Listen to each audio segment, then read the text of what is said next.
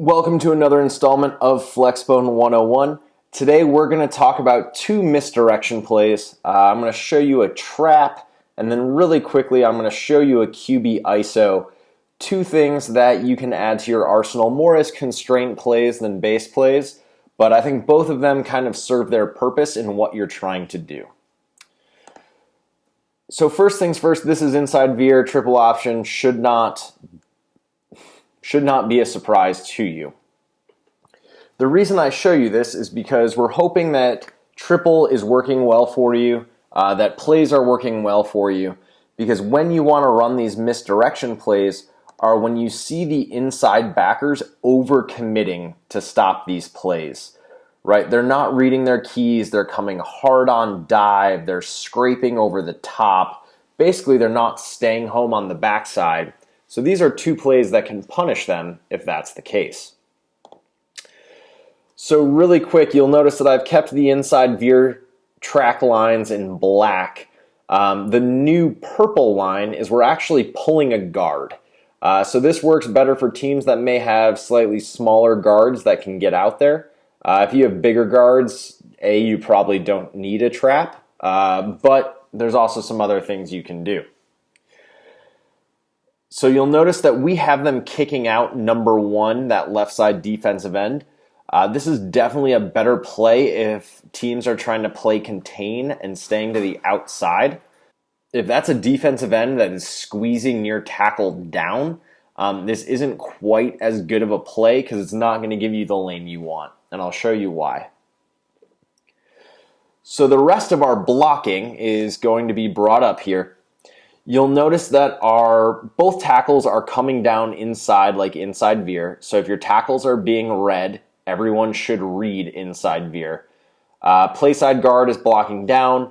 Your center probably has the toughest block, especially if that D tackle is in a far technique. But basically what they need to do is take a hard horizontal step and make sure that D tackle doesn't follow the pulling guard. And then your play side tackle, it's going to look just like triple to get onto that other inside backer. Then what's going to happen is once all the flow goes to the right, your A-back is going to take a hard step forward and then come behind the quarterback to hide that exchange, and then put their foot in the ground and go on a path, typically right behind your pulling guard. They could even probably take a path a little bit more vertical than I did here to stay away from that unblocked backer. But that is something you can do. Another option here would be to play with something like an over formation, bringing the other wide receiver to the play side or the back side. Typically, I'd probably say the play side, depending on if people are matching numbers or not. But there are some options on what you can do. And the next play I want to show you that I didn't really quite want to make a full video on, but wasn't sure where to show up, is going to be your QB ISO. So I have this QB ISO drawn up as a little bit of a misdirection. So it's going to look very much like midline at first. And I'm just going to throw a bunch of lines at you and we're going to talk through this. So it's going to look like midline to the right. Your quarterback's going to open up midline footwork. Your B-back's going to do midline footwork. We're hoping that everyone bites down on midline. Now, instead of the left A-back going all the way and carrying out a triple fake, they're going to put their foot in the ground and they're leading straight through that B-gap hole, and ideally taking that inside linebacker wherever he wants to go. The quarterback, after he fakes to the B-back, is going to hold the ball in front of him and just change directions and try to lead straight through that hole that the A-back is blocking into.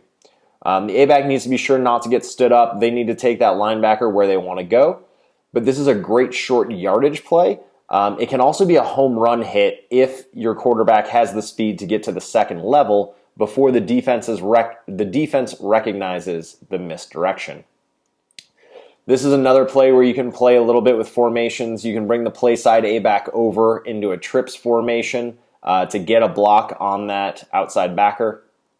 But just wanted to show this to you since a lot of people want to know how they can keep their quarterback in the run game if they're being shut down in other places. This is a way that you can force the quarterback to run the ball a little bit. That's all we have today for two misdirection plays, our trap and our QB ISO.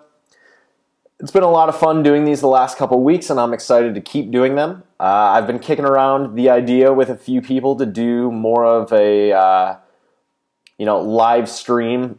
Maybe sit down, have a beer, talk football with whoever wants to listen or hang out. If that includes you and you think you might want to do that, let me know in the comments. If enough people, let's be real, if a few people want to do it, it's probably worth me doing. So we'll see how this season goes. I'm still looking, obviously, since Georgia Tech will no longer be running triple. I need to find a team that I can find reliable film for to break down during the year if I'm going to do that.